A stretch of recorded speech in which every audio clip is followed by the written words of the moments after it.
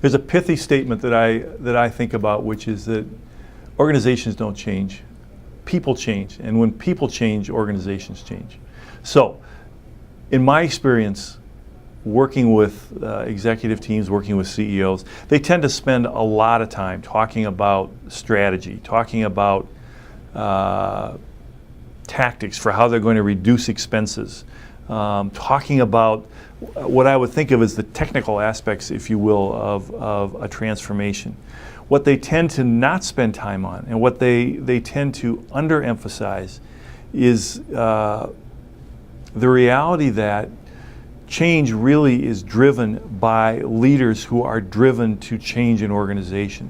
And that requires focusing on, first of all, themselves and the people and their own leadership and their ability to lead. What it is that they're doing that gets in the way of achieving what it is that they want to achieve. It also requires radically rethinking how they spend their time. The primary role of a leader leading transformation is to make sure that change is cascaded into the organization. And that happens through relationship, that happens through FaceTime, that happens through dialogue, that happens through showing up at meetings that you wouldn't normally show up at.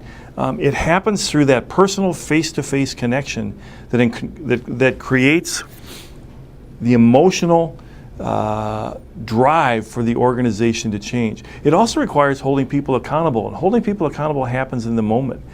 So that means being able to recognize when people are off track and commenting on that and getting them back on track. That means spending time with people to make sure they understand where it is that you're going and making sure that they are aligned in terms of what they're doing to what the overall goals of the organization are.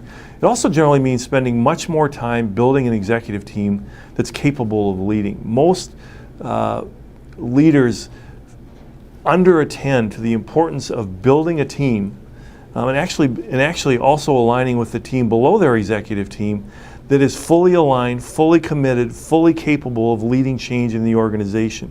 Because again, transformation doesn't happen by changing tactics or edicts necessarily. It happens by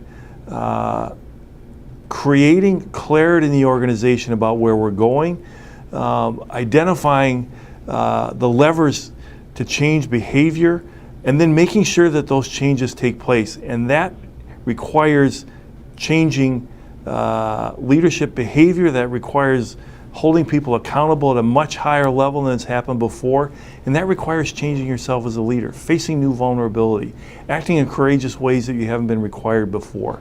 So, spending much more time on the people side of the transformation than is spent, I think, is a really critical shift that leaders need to make if they're going to succeed at transformation.